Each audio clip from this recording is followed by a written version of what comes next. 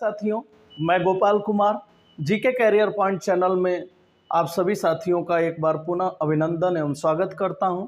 आज का जो हमारा विषय है वह भिन्न संख्याओं से जुड़ी हुई संक्रियाओं के बारे में है। पिछला जो क्लास था वो भिन्न संख्याएं और उनके प्रकार से जुड़ा हुआ था, लेकिन आज हम भिन्नों को कैसे जोड़ेंगे, घटाएंगे, गुणा करेंगे, भाग करेंगे, तुलना करेंगे, इन सारी प्रक्रियाओं पर, इन सारी मूल संक्रियाओं पर व्यापक रूप से बातचीत करेंगे। पहला है टॉपिक, वो है भिन्नों का जोड़ यानी एडिशन ऑफ फ्रैक्शन।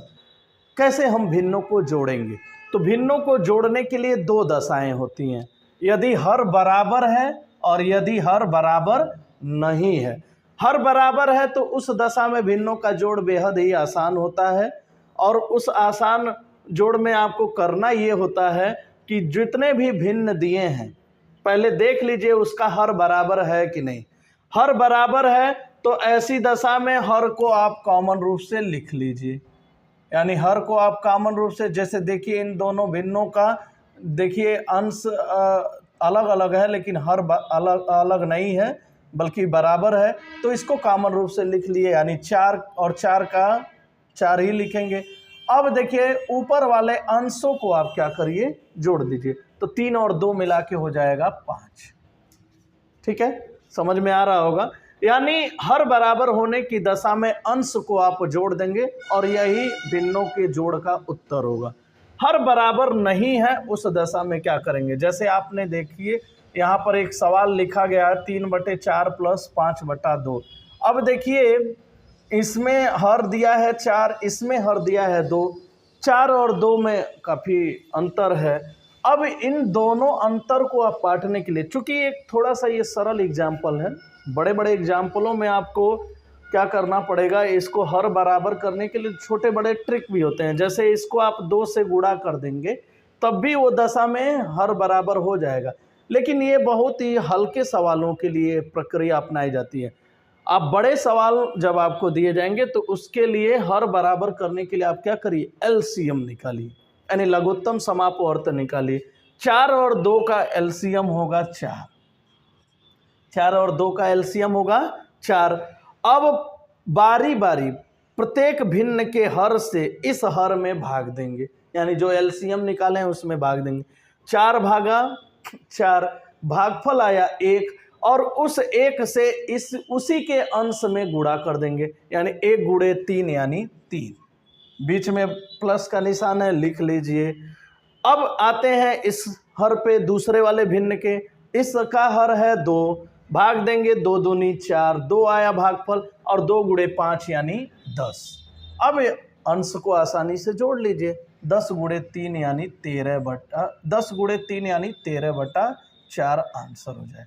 यानी मैं पुनः दोहरा दूं, हर बराबर नहीं होगा उस दशा में हर का एलसीएम निकालेंगे, जो एलसीएम आएगा लिख लेंगे, फिर बारी बारी प्रत्येक भिन्न के हर से उस एलसीएम में भाग देंगे, भागफल जो आएगा उसके अंश में गुणा करके उसको लिख लेंगे, और इस तरह से ये प्रक्रिया जितने भिन्न होगा उतने के साथ की जाएगी, और उसके बाद अंशों को जोड़ लेंगे और जोड़ने के बाद जितना उत्तर आएगा लिख लेंगे। इस प्रकार हर बराबर नहीं होने की दशा में ये प्रक्रिया अपनाई जाएगी।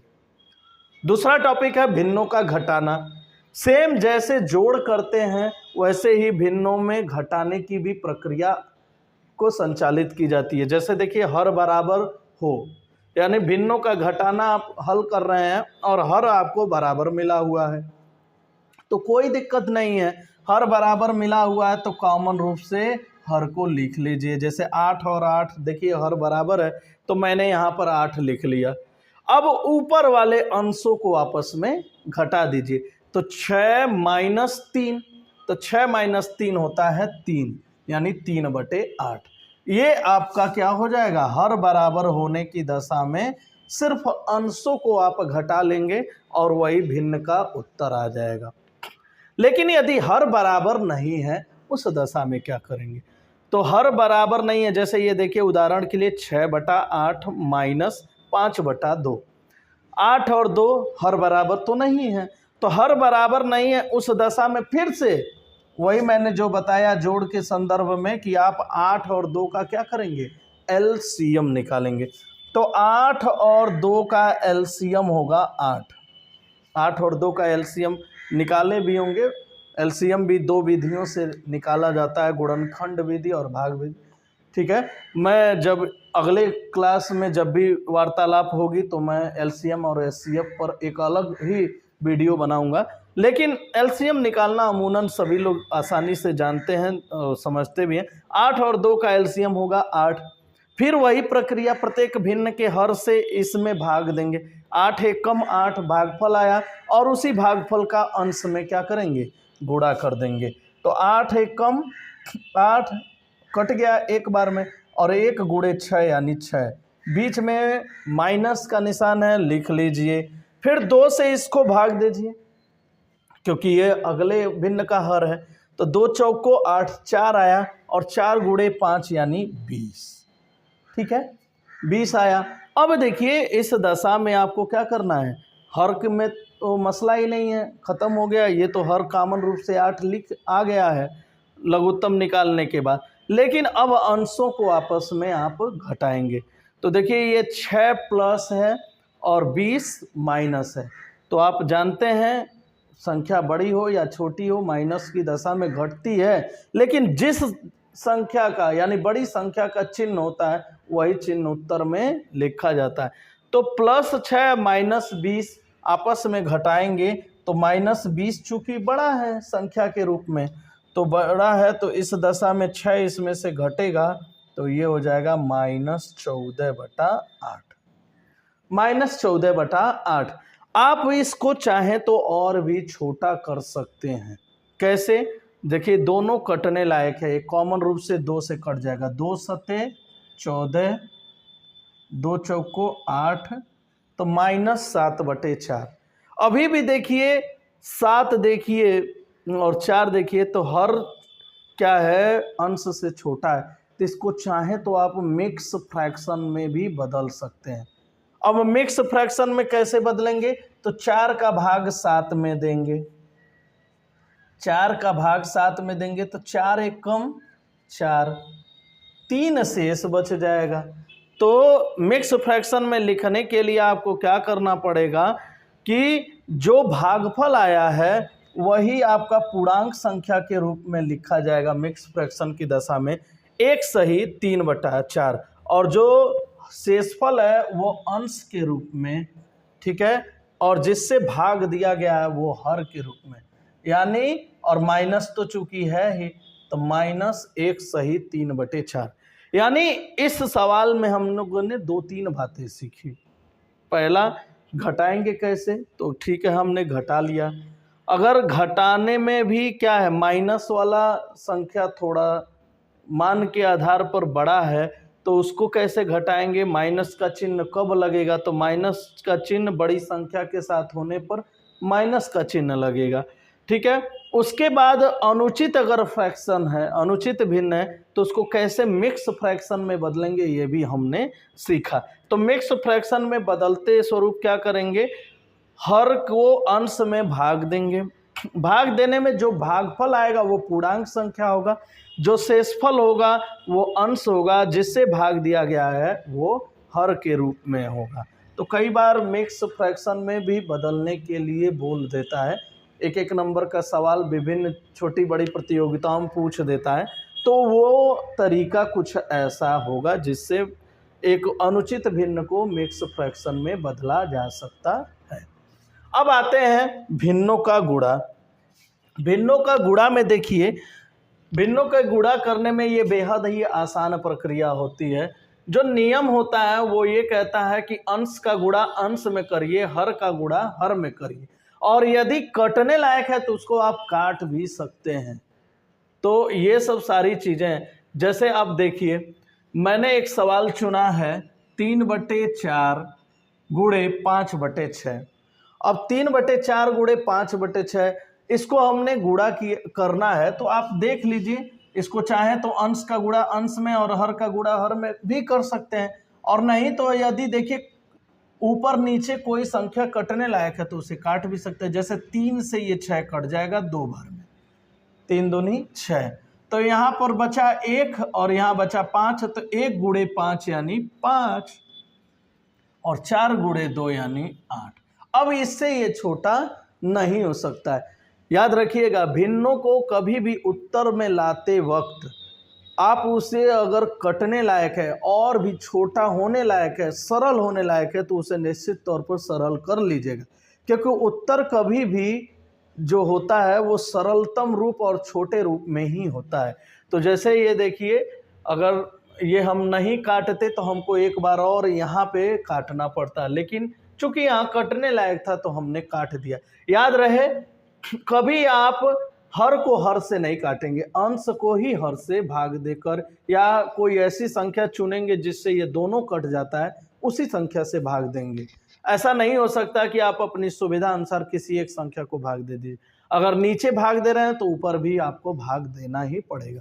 तो इसका मतलब भिन्नों का गुणा संबंधी जो नियम है वो है अंश का गुणा अंश में और हर का गुणा हर में। अगला जो टॉपिक है वो है भिन्नों का भाग। अब भिन्नों का जो भाग है वो लगभग बहुत ही इंटरेस्टिंग है। जैसे गुणा होता है वैसे भाग भी होता है, लेकिन बशर्ते उसके पहले एक छोटी सी प्रक्रिया अपनाई जाती है भिन्नों के भाग के संबंध में। अब देखिए, 3/4 भागा 5/6। अब इस दशा में ये जो संख्या है भाज्य कहलाएगी। चूंकि इस संख्या से इसमें भाग दिया जा रहा है, इसलिए ये संख्या भाजक कहलाएगा। इंग्लिश में इसको डिविडेंट बोलेंगे, डिविडेंट, और इसको इंग्लिश में बोलेंगे डिवीजर। ठीक है। होता क्या है कि जैसे ये भाग देना है तो उस दशा में हम क्या करते हैं, जो डिवीजर यानी भाजक है, यानी जिससे जिसमें भाग दिया जाना है, उसको हम उल्टा कर देते हैं। जैसे 5/6 है तो इसको 6/5 कर दीजिए, तो ये कुछ ऐसा होगा 3/4। अब उल्टा क्यों करेंगे, ये भाग का उल्टा हो जाएगा गुणा। अगर इसको हम उल्टा करते हैं, इसको अंश को हर में और हर को अंश में परिवर्तित कर देते हैं, तो ये भाग का निशान गुणे के निशान के रूप में बदल जाएगा और ये हो जाएगा 6/5। अब हमारा काटना बड़ा आसान हो जाएगा, क्योंकि गुणा में ये बताया गया है कि अंश का गुणा अंश में और हर का गुणा हर में। जो कटने लायक है, जो सरल होने लायक है, उसे सरल करते हैं। जैसे देखिए, 6 और 4 कट सकता है 2 से, तो 2 तियां 6, 2 दूनी 4। अब कोई संख्या आपस में कटने लायक नहीं है। हाँ, कई लोग ये गलती कर सकते हैं, 3 और 3 काट देंगे, नहीं कटेगा, क्योंकि ये अंश है और ये भी अंश है। मैंने बताया कि भाग उसी दशा में दिया जा सकता है जब अंश और हर कट रहे हों।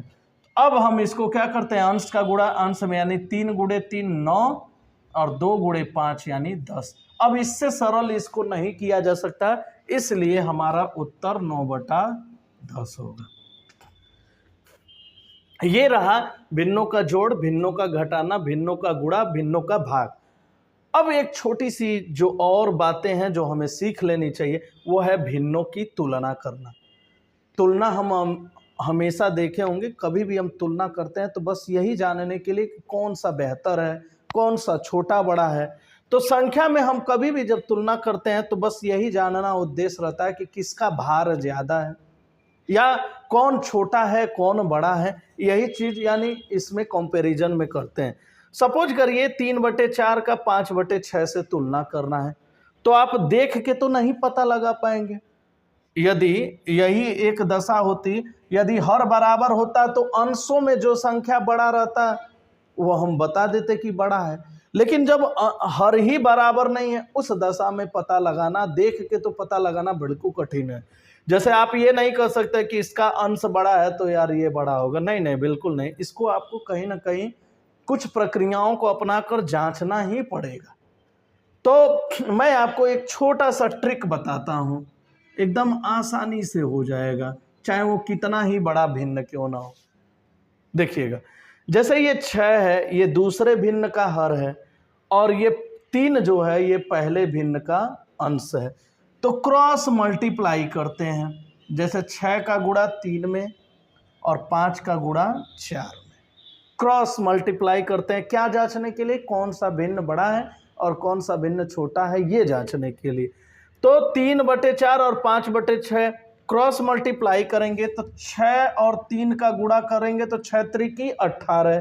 चूंकि अंश 3 है और ये 6 और 3 गुणा हो जा रहा है, तो जिसका अंश होता है उसी के नीचे उसका गुणनफल लिखा जाता है। जैसे 6 गुणे 3 18, तो यहाँ लिख लिए।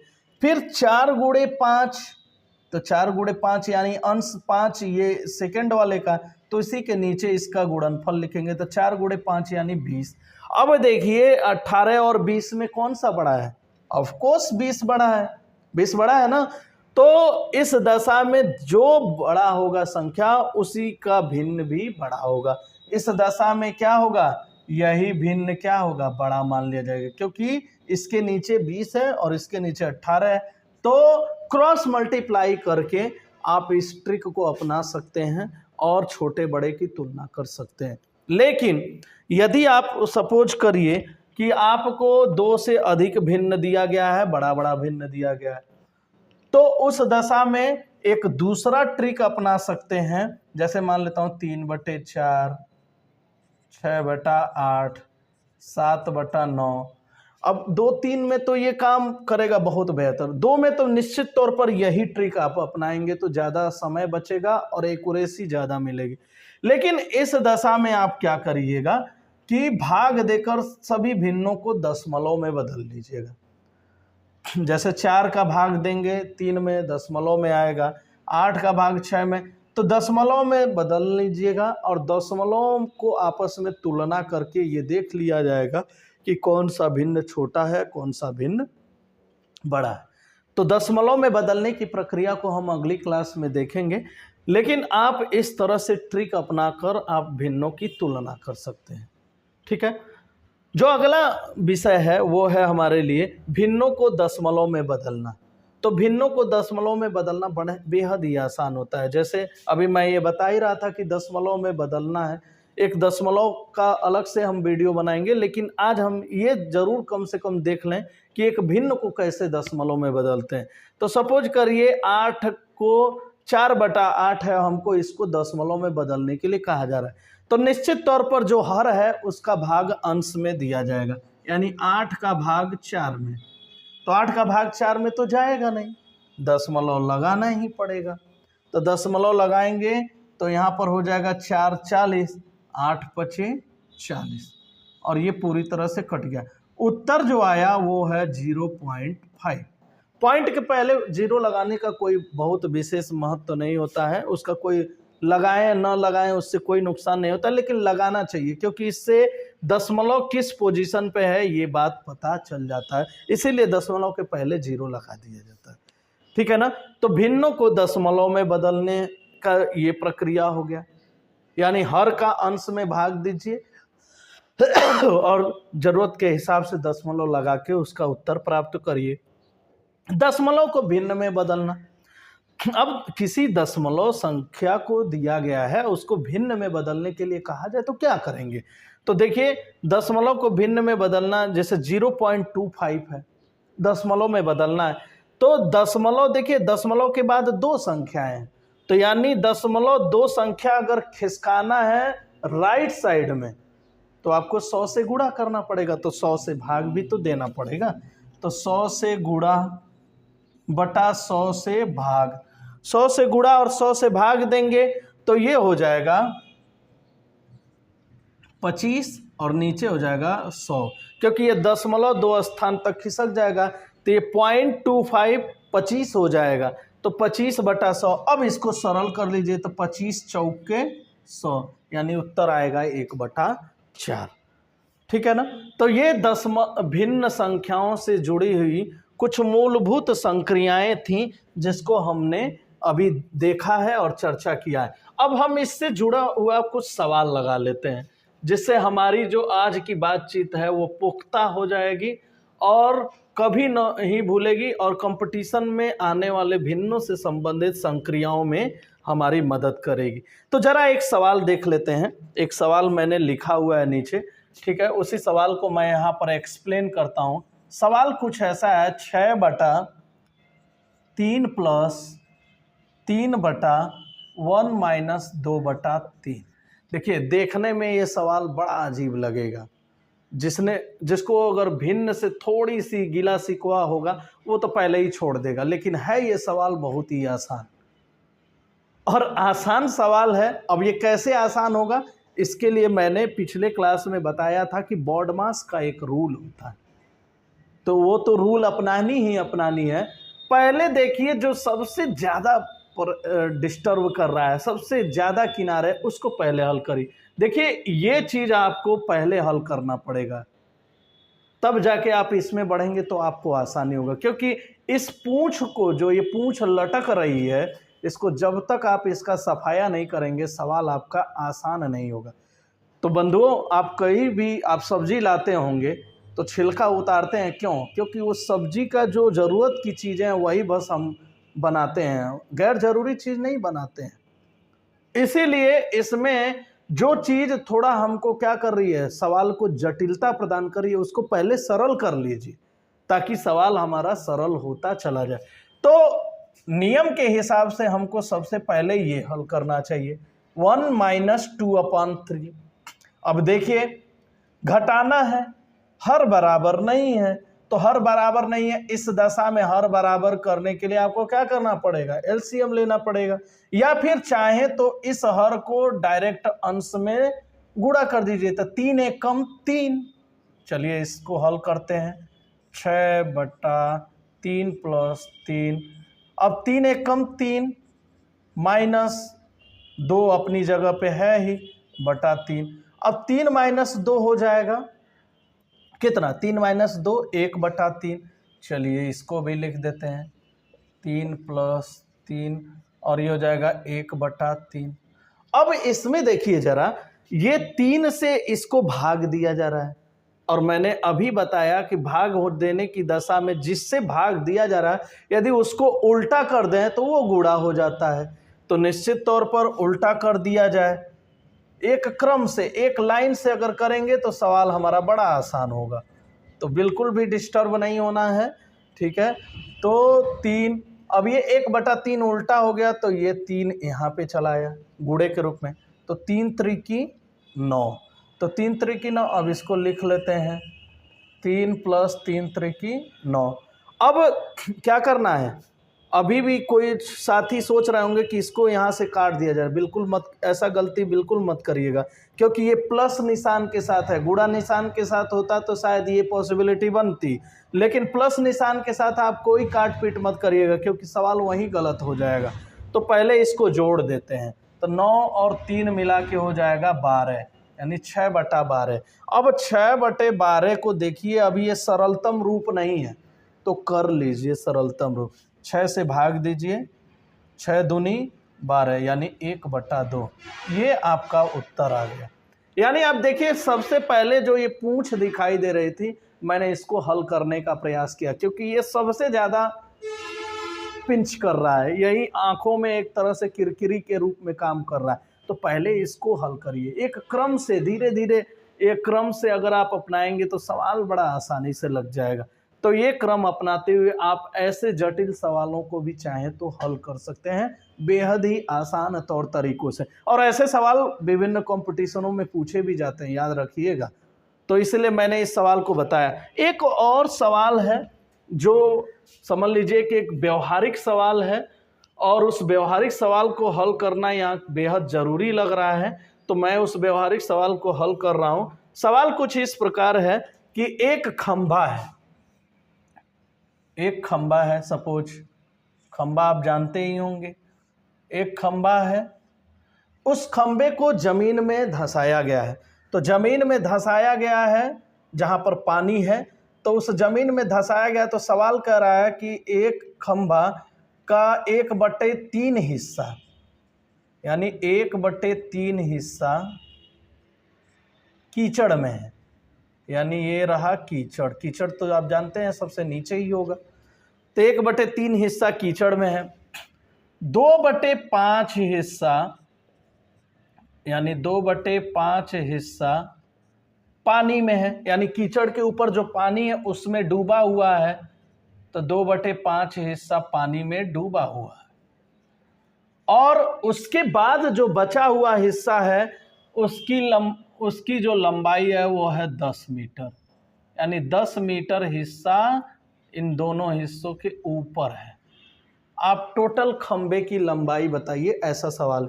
मैं सवाल को पुनः दोहरा देता हूं कि एक खंबे का 1/3 हिस्सा कीचड़ में है, 2/5 हिस्सा पानी में है और शेष 10 मीटर पानी के ऊपर है। आप पूरे खंबे की लंबाई बताइए। तो आप ये देखिए, जो डूबा है, जो बाहर है, जो पानी में, इन सब की लंबाई को जोड़ के ही तो खंबे की लंबाई होगी, क्योंकि खंबे की लंबाई में जो कीचड़ में डूबा हुआ है वो भी जोड़ा जाएगा। तो सपोज करिए कि खंबे की लंबाई आप यक्स मान लें। सवाल बहुत अच्छा सवाल है, इंटरेस्टिंग सवाल है, ऐसे सवाल आते हैं कंपटीशन। खंबे की लंबाई आप यक्स मान लें, तो यक्स का ही ना 1/3 हिस्सा कीचड़ में है, तो यक्स का 1/3 हिस्सा पहले कीचड़ वाला निकाल लेते हैं कि कीचड़ में कितना है। तो यक्स का मतलब गुणा हो गया, सिंपल सी बात है। तो यक्स का 1/3 हिस्सा, यानी ये टोटल हो जाएगा यक्स/3 हिस्सा। फिर पानी में वाला हिस्सा पहले निकाल लेते हैं, तो ये यक्स का 2/5 हिस्सा है, तो यानी हो जाएगा 2x/5। और जो शेष हिस्सा पानी के ऊपर है वो है आपका 10 मीटर। तो भाई मेरे, अगर आप पूरे खंबे की लंबाई आपको पता करना है तो ये इन सारों हिस्सों को आपने जो निकाला है उनको जोड़ना पड़ेगा, और ये निश्चित तौर पर इनका योगफल जो आप यक्स माने यानी टोटल खंबे की लंबाई उसके बराबर होगी, और इस इक्वेशन को आप हल कर देंगे निश्चित तौर पर आपका उत्तर आएगा। तो हम लोग हल करते हैं। कीचड़ वाला हिस्सा है यक्स/3 प्लस पानी वाला हिस्सा 2x/5 प्लस 10 मीटर शेष हिस्सा जो ऊपर की तरफ है, और इन तीनों को जोड़ेंगे तो यानी खंबे की लंबाई हो जाएगी जिसको हमने यक्स माना है। अब इसको क्या करिए, जोड़ दीजिए। तो जोड़ते हैं, चलिए जोड़ते हैं। आप देखिए 3 और 5 और इसका हर है ही नहीं, यानी हर इसको हम 1 मान सकते हैं। देखिए एलसीएम निकालना पड़ेगा क्योंकि 3 और 5 ये बराबर हर नहीं है। 3 और 5 और 1 का एलसीएम निकालेंगे तो आएगा 15। अब इसको बारी बारी जोड़ लेते हैं। 3 से भाग देंगे, 15 में 3 पचे 15 और 5 गुणा यक्स यानी 5x प्लस 5 का 15 में भाग देंगे, 5 तियाँ 15, 3 दूनी, फिर 3 आया और 3 का ऊपर अंश 2x है उसमें गुणा कर देंगे तो 3 दूनी 6x प्लस 1 का गुणा 15 में करेंगे तो भाई 15 आएगा, और 15 का गुणा इस अंश में करेंगे 15 दहा में 150 बराबर यक्स। अब देखिए, अब इस जो 15 यहाँ पर है इस बाएं पक्ष में, अब इसकी आवश्यकता यहाँ पे नहीं है तो इसको हम यहाँ ले आएंगे यानी दूसरे पक्ष में, और जैसे ही ये दूसरे पक्ष में जाएगा अपनी गुण और विशेषता को खो देगा और नए गुण और विशेषता को एडॉप्ट कर लेगा। जैसे यहाँ भाग के रूप में, यहाँ गुणे के रूप में हो जाएगा। और ऐसा ही होता है, पाला बदलने पर हमको अपनी विशेषता भी बदलनी पड़ती है। जैसे आप एक जगह से दूसरे जगह पे जाएंगे तो आपका नेचर वो नहीं रहेगा। घर छोड़ दिए तो आपको घर का जो विशेषता है, घर का जो गुण है वो भी छोड़ना पड़ेगा। स्कूल में जाएंगे तो स्कूल के तरह से रहना पड़ेगा। अब घर में स्कूल जैसा या स्कूल में घर जैसा रहेंगे तो मामला खराब हो जाएगा। तो ऐसे ही ये भाग के रूप में इधर जाएगा तो गुणा हो जाएगा। अब देखिए इस सवाल को हल करते हैं।